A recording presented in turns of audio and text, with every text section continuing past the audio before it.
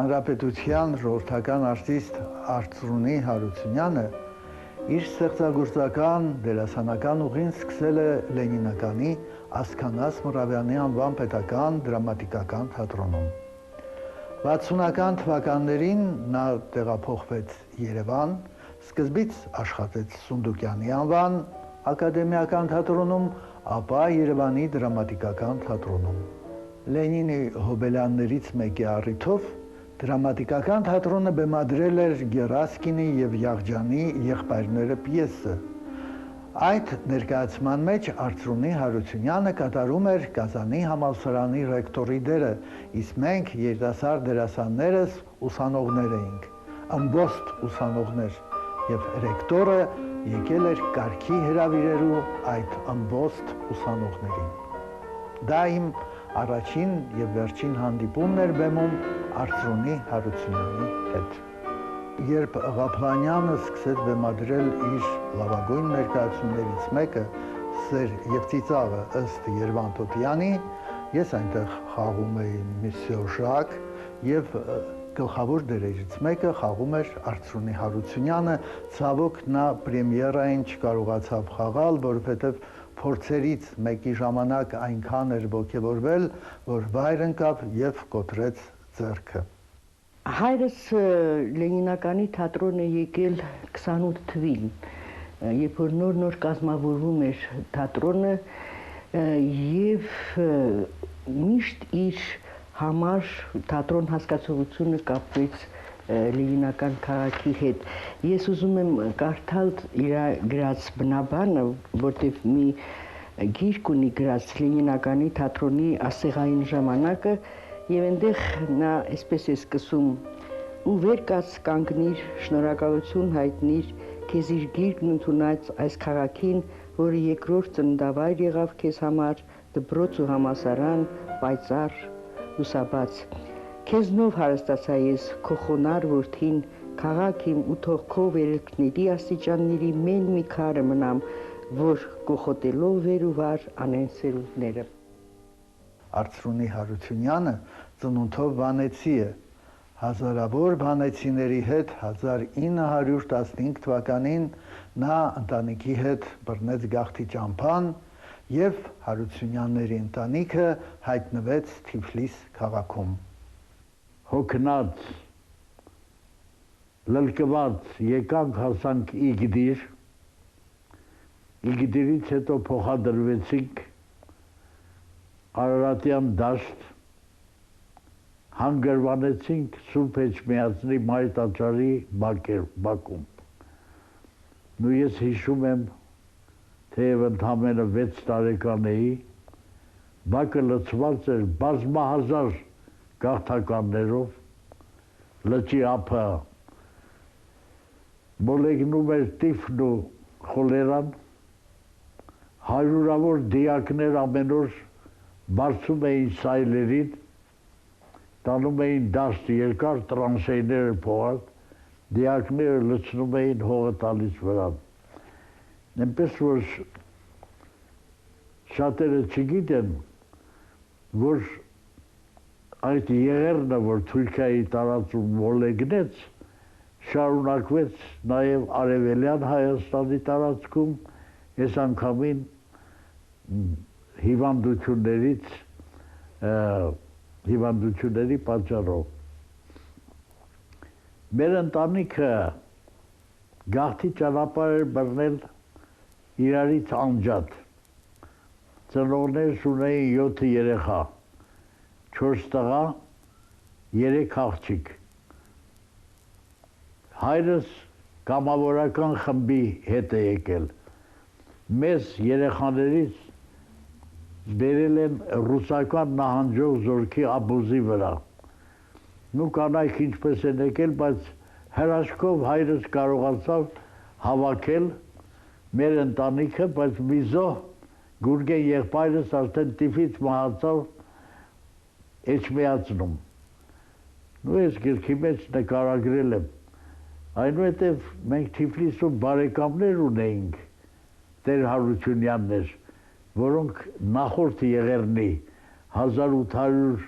95-96 թվի եղերնի ժամանակ փոխադրվել եկել էին Թիֆլիսում տուն տեղ ստեղծել գործ եւ այլն նրանց հույսով գնացինք փոխադրեցինք Թիֆլիս Արծրունի Հարությունյանը կոշիկ էր մաքրում այնուհետև դարձավ կոշկակար բայց սիրում էր թատրոնը սիրում էր բեմը եւ շնորհիվ Վարդան Աճիմյանի որին նա համարում էր իր ուսուցիչը Արծրունի Հարությունյանը հայտնվեց թատրոնում մայրս լվացկարար էր Սարանդարատանը մենք էլ սկսեցինք կոշիկ սրբել ես ու Արծրունը մեր եկամտով կարողանում էինք առնել մի կես ֆուտ 7 կիլոգրամ սիմինդի էին ասում եգիպտացորենի ալյուր Թիֆլիսում էդ էր տարածված դրանով ապրում էինք վայ են ապրելուն հետո ես սկսեցի ծախախոտ ծախել մերս ու Արծրունը գնացին Շուլավերի դաշտում երբ որ հունձ էին անում են ցողունները մնում էին արտին լրիվ չէին հավաքում եւ գաղթականները բոլորը գնում էին Շուլավերի դաշտը այնտեղ հասկ հավաքելու այդ հասկը բերում էին փշրում էինք բան ծորեն էինք դարձնում էդ էլ ինչ-որ բաներ բայց եղբայրս եկավ տեսավ որ իմ տուփը որ կախում էի վզիցս ուրեմն սիգարետ էի ծախում տակի բոլորը դատարկ տուփեր են ծախել եմ կերել եմ կամ ծխել եմ սել էի ծխել Արծրուն ասաց վարազդատ ես տեսում եմ այս գործը լավ հետևանքներ չի բերելու քեզ համար արի դու այս գործով էլ մի զբաղվի ես ընտանիքի հոգսի կվերցնեմ ինձ վրա դու կնա դպրոց սովորի բայց ինքը ուսման գինը գնահատում էր բայց ինքը որ փանոցում ընդամենը 2 դասարան կրթություն է ստացել էդ է եղել դրա կրթությունը հիմա ես որ նայում եմ նրա շարադրած գրքերը ապշելու բան է թե 2 դասարան սովորած մարդը տեսեք համալսարանական կարծես կրթություն ունի այնպիսի տաղանդով եւ այնպիսի լեզվով է շարադրած նրա գիրքը Արծրունը եղավ նաեւ պիեսների հեղինակ մրցանակներ շահեց բազմաթիվ հրատարակված աշխատությունների հեղինակ է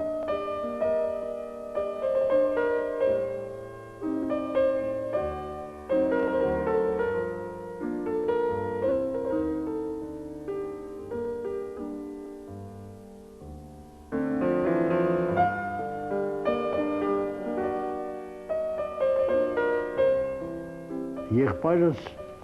մնաց առանց կրթության ուզեց բանֆակ ընդունել որովհետև նա չէր ծառայում պետական հիմնարկում մասնավոր էր չընդունեցին չհաջողվեց բանֆակ ընդունել ուզում էր մի քիչ կրթություն ստանալ եւ ահա այդ ժամանակ Թիֆլիսում գործում էր հայ արտուն հայ արվեստի տուն որտեղ դասավանդում էի նկարչությունը, Ջիգոր Շարբակչյան եւ այլն, երաժշտություն, երգեցիկ խումբ կար, դրամատիկական ստուդիա կար եւ եղբայրս ուղղակի որպեսզի մի բան սովորի, գնաց ընդունվեց դրամատիկական ստուդիայում, որի ղեկավարը դասատուն հետագայում եղավ Վարդան Աջեմյանը։ Իմ եղբայրս հատկապես այս գրքում, որ կոչվում է Լենինականի թատրոնի աստեղայի ժամանակը, բարձր գնահատական է տալիս Վարդան Աջեմյանին որպես մարդու, որպես բեմադրիչի, դասյարակի եւ այլն։ շատ նշանավոր դերասաններ դուրս եկան Թիֆլիսի այդ ստուդիայից։ 1927 թվին ես ավարտեցի միջնակարգ դպրոցը, այդ ժամանակ եղբայրս արդեն որ ստուդիայի ուսանող էր, առաջին անգամ դուրս եկավ բեմ։ Ինչպես է կոչվում անխոս դերասանի։ Ստատիստի դերում, հա։ Ուրեմն արտիստական թատրոնում, որ հիմա կոչվում է Ռուսավելու թատրոն, բեմադրվում էր քինը, Վարդան եմ ասում, Վահրամ Փափազյանի ուրեմն մասնակցությամբ եւ Արծրունը մեզ տոմսեր էր տվել, գնացինք նայելու, թե առաջին անգամ ես բեմ եմ, մենք էլ կարծում էինք պիտի խոսի բան, բայց այդպես ինչ-որ ձենքը թե զրահ ձերքին բան էր գալիս բեմի վրա եւ այլ, այդ չի կարևոր, բայց մեղվել է հիշողությանս մեջ, մենք նստած էինք պարտերում, լիքը ժողովուրդ էր գալորկաներ, գիտես չէ քանի շարք կա, մեկ էլ վերևի շարքից գալորկայից, ուրեմն ձյան փաթիլի նման, այսպես սպիտակ թերթիկներ էին իջնում, մի հատ էլ ես երկար ժամանակ պահում էի, չգիտեմ ով ինձանից վերցրեց, ուրեմն պստիկ թղթերի վրա Վահրամ Փափազյանն էր, այսպես շեղ վիզը, գրաֆիկական հիանալի կատարմամբ, դու մի ասի, հա տակին գրված էր Մարտիրոս Սարյան, ուրեմն Մարտիրոս Սարյանը փաստորեն Վահրամ Փափազյանին ուրեմն այդպես ներկայացնում էր իր տաղանդավոր նկարով, նաև ինչու չէ գովազդում էր նաև իրեն որպես նկարչի։ Իր դերասանական կյանքի մեծ մասը Արծրունի Հարությունյանը անցկացրեց Լենինականի պետական թատրոնում, խաղաց մոտ 120 դեր։ Քննադատները միշտ բարձր են գնահատել Արծրունի Հարությունյանի տաղանդը, նրա կերպարանափոխման արվեստը։ Շատ մեծ աշխատանք էր ինքը տանում իր դերերի կատարելագործման ավելի լիարժեք դարձնելու համար, իհարկե այդտեղ շատ մեծ դեր էր կատարում Վարդանիկի, չնայած իրեն նվիրված գրքի մեջ կան դիալոգներ, որ երևի ինքն է պատմել հեղինակին, թե ինչպիսի աշխատանք է տարվել։ Եվ պարտությամբ երևի ասեմ, որ Լենինականի թատրոնը այդ ժամանակներում շատ բարձր արվեստ էր կայացնող թատրոն էր, այն աստիճան, որ պատերազմի տարիներին Շեքսպիրյան փառատոն ֆեստիվալ եղավ եւ 12-րդ գիշերը, որ այդ թատրոնի մեծ ձեռքբերումներից էր, շահեց եւ շատ մեծ ուշադրություն գրավեց Մոսկվայից եկած հանձնաժողովի կողմից։ Երբ որ հայրս տուն էր գալիս, տանը պետք է լիներ քար լռություն,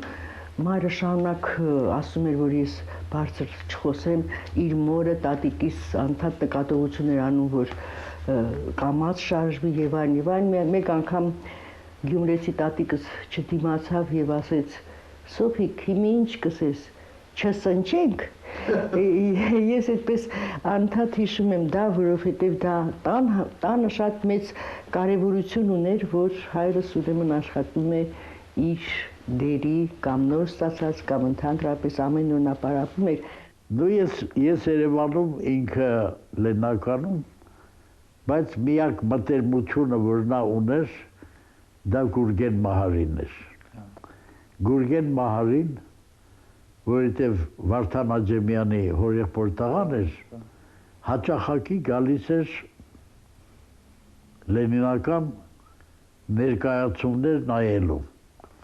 Եվ հենց այդ այցելությունների ժամանակ մտերմացել էր Արծրունու հետ, երկուսն էլ Վանեցի, եւ դարձան բաժակակիցներ։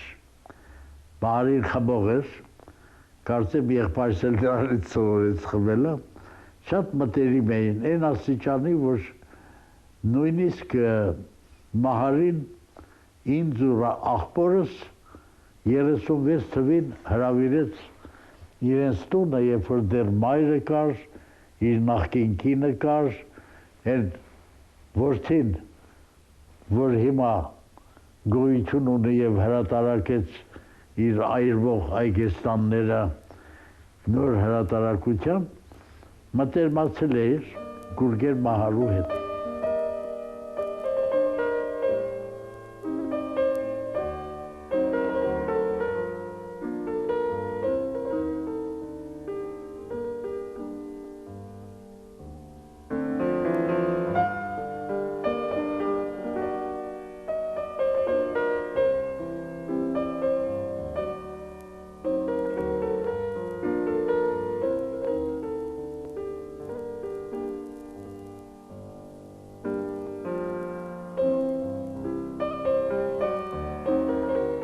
Հենց որ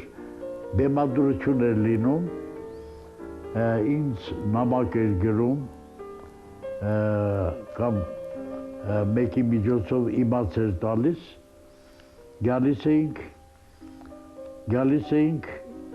ներկայացում նայելու։ Մի անգամ, որ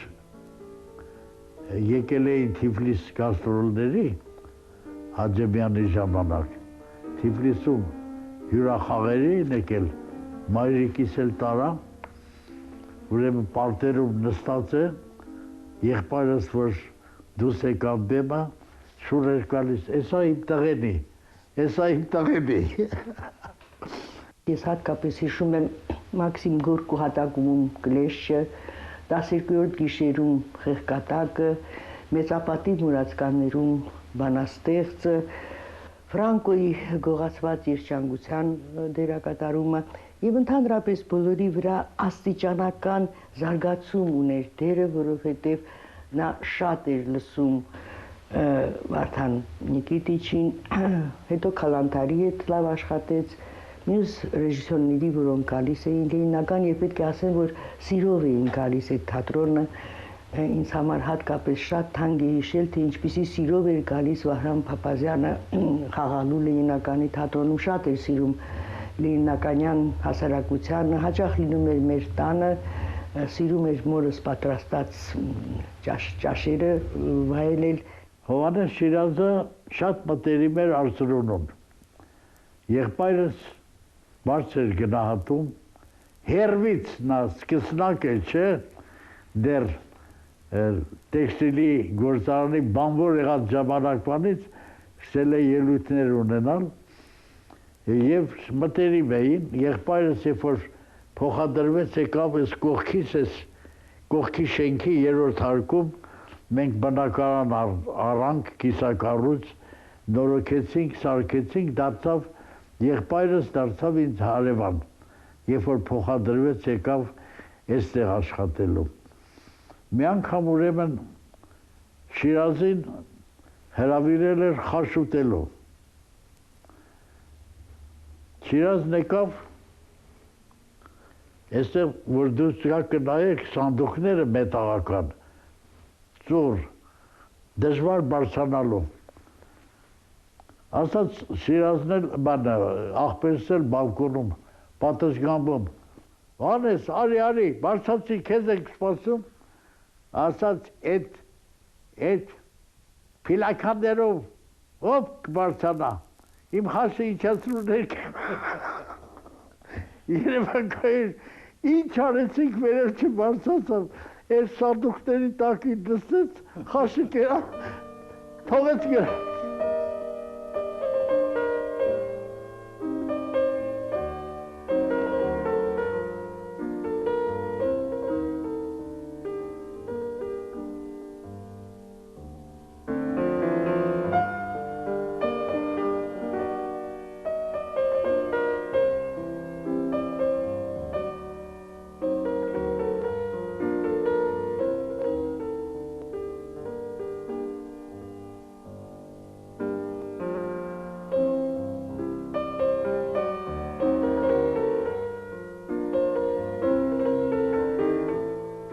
ինտելիգենտ մարդ էր Արծրունի Հարությունյանը,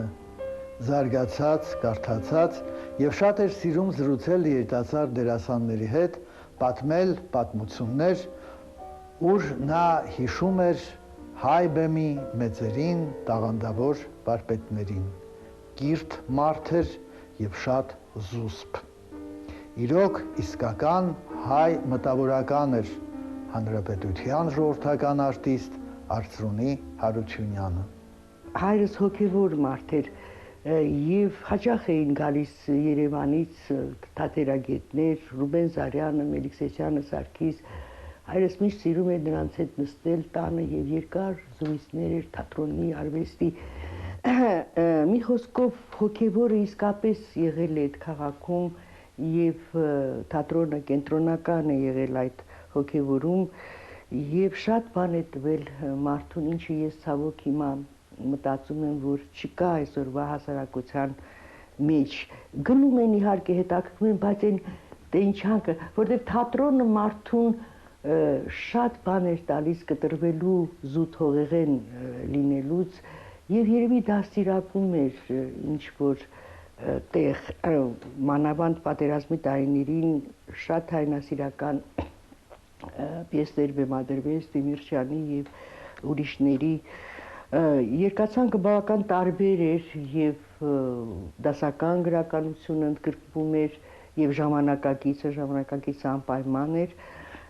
եւ այդ անսամբլի միասնությամբ ստեղծում էին ներկայացումներ, որոնք որ մարդկանց ոչ միայն հիշողության մեջ էր մնում, այլ նաեւ օգնում էր ապրելու կյանքի օրվա դժվարությունները։ Հետո մի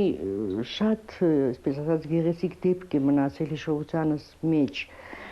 Դե թատրոնում խստորեն էր պահպանվում այն, որ երեխաներին մինչև 16 տարեկանը թույլ չէր տրվում գալ երեկոյան ներկայացումներին, որտեղ կային նաև ցերեկային ներկայացումներ, եւ այդ ժամանակ երեխաները եւ դպրոցականները դիտում էին ներկայացումները, բայց ես երևի ինչ որ առավելություն ունեի, որ թույլ էին տալիս, գաղտնի ճիշտ է եւ ինձ նստեցնում էին օցյակի մութ անկյունում ու ես այդ անկյունում մտնում էի այդ երանելի թատերական աշխարհը։ Մեկ օր ադմինիստրատորը շատ հուզված դուռը բացեց եւ ասեց՝ «Բալեջան, շուտ արա, դու սարի», բայց հետևից մի ձայն լսեցի, որ ասեց, որ «Оставьте спокойно ребенка»։ Բազվեց Ագրիգոր Հարությունյանն էր եւ հայրս պատմում էր այն մասին, որ եթե նույնիսկ 2 կամ 1 օրով է գալիս Լենինական, դե սահմանամերձ քաղաք էր մանավանդ պատերազմի տարիներին, կամ դրանից հետո անպայման երեկոյան պետք է գա եւ նայի իր ներկայացումը։